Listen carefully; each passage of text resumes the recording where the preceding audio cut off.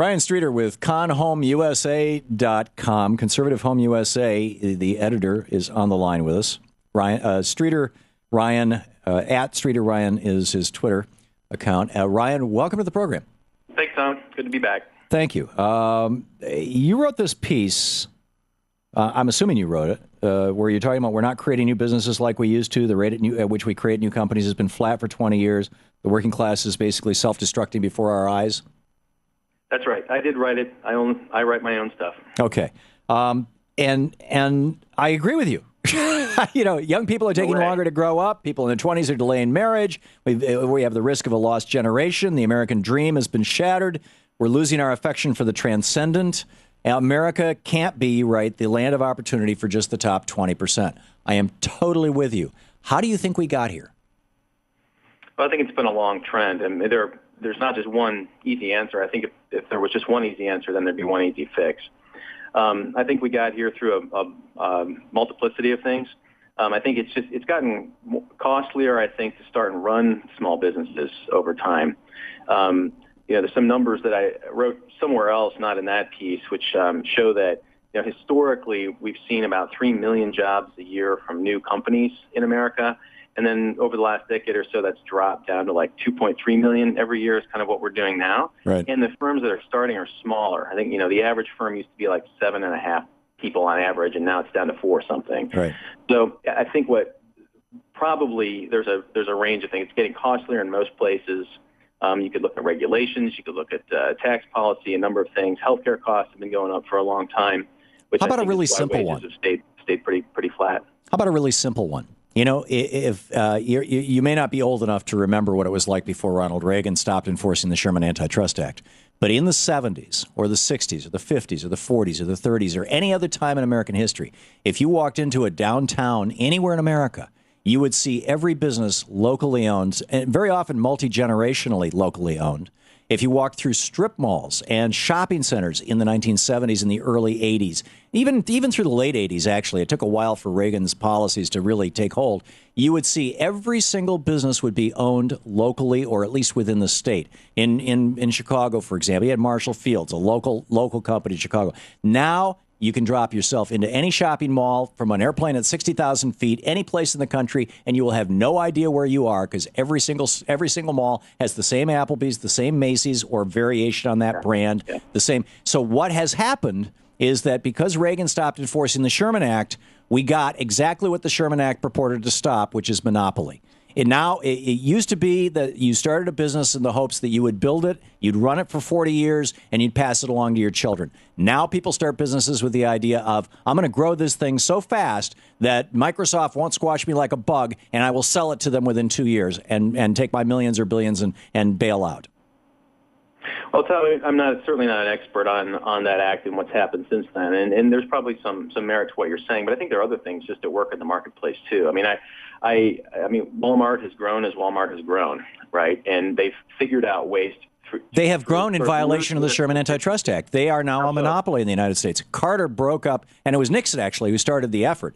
Nixon, Ford, and Carter broke up AT&T because they were doing what Walmart is doing right now.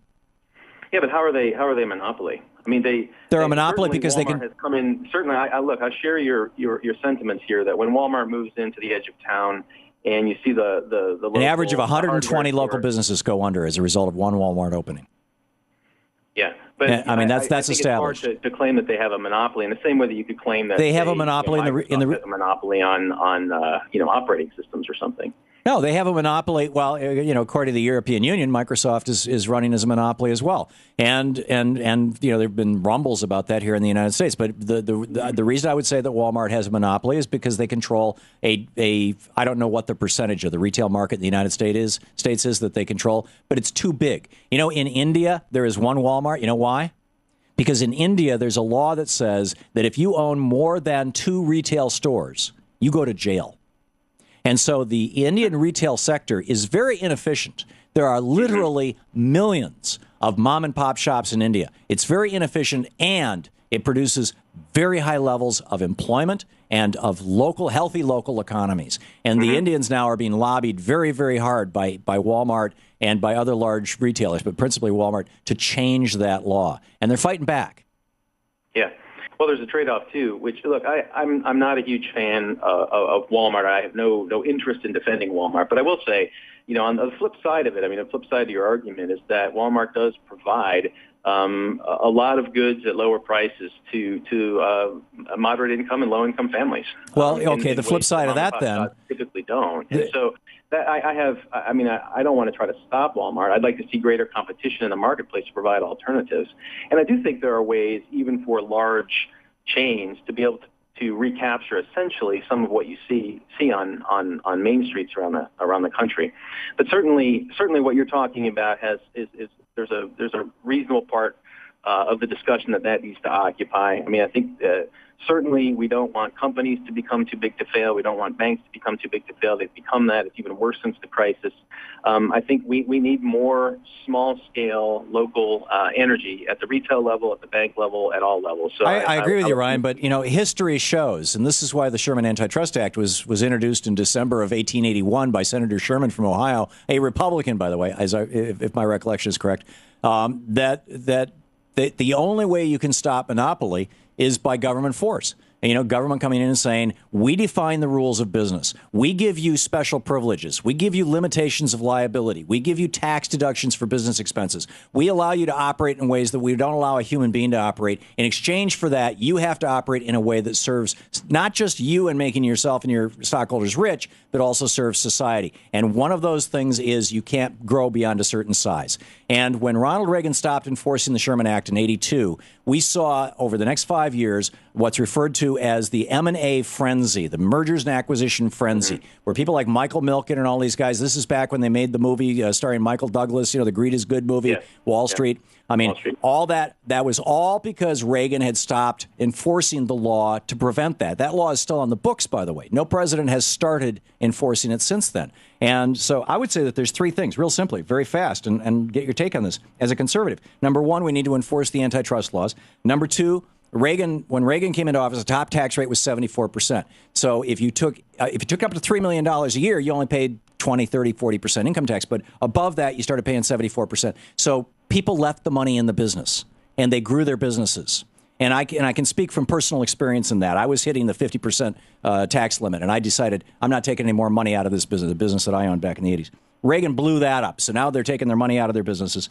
And number three, our international trade policies. We ended our tariffs, and it's making everything crazy. We got a minute until the break. It's all yours, Ryan. What do you think? Well, no, great analysis. I don't think that tax bracket piece, and this isn't going to surprise you, is as bad as you say it is. I think, in fact, what you see, there's a very rich sort of, I don't know, it's not even a tradition yet, but over the last 20 years or so of angel investing, a lot of innovation is made possible by the wealth that certain entrepreneurs have created. And I don't think trying to control that activity through tax policy is all that smart. I do think we should enforce antitrust policy laws that are on the books. I'll need to look into that more. I need to be persuaded that Walmart has become a monopoly in the same way that some other companies have. I'm not persuaded on that yet, but we certainly need to enforce those. No doubt about it. Okay. And international trade we'll discuss some other day. Some other time. Okay. Ryan Streeter, conhomeusa.com, Conservative Home USA. Ryan, thanks for dropping by and talking. Okay, Tom. Thanks. Fascinating.